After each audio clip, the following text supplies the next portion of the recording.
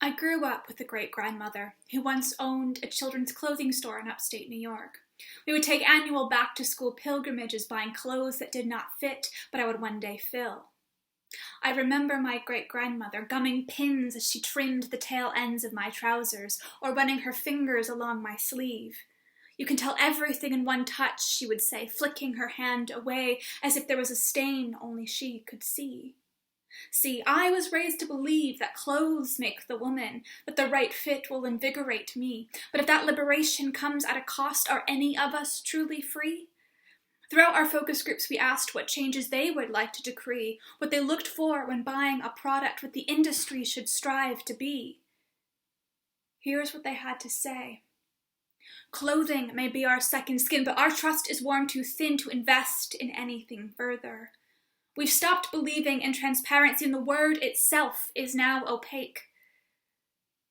So, let's pinpoint exactly what sustainability looks like and allow it room to regenerate, to use it as an instrument of change rather than a one-note buzzword. Greenwashing is not an absolution. The solution lies in our ability to congregate, collaborate, and incorporate. In order to remove this stain, we must connect the chain, to embrace, not waste, a system of circularity, to do for our great-grandchildren what my great-grandmother did for me. Let's double the anticipation by halving our carbon participation. After all, 2030 is only 10 years shy of tomorrow. If a fashion revolution really is every day, how do we make today different?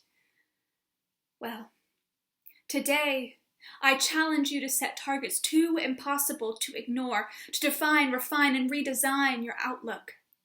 Fashion is only worth the price if the cost adds up to net zero.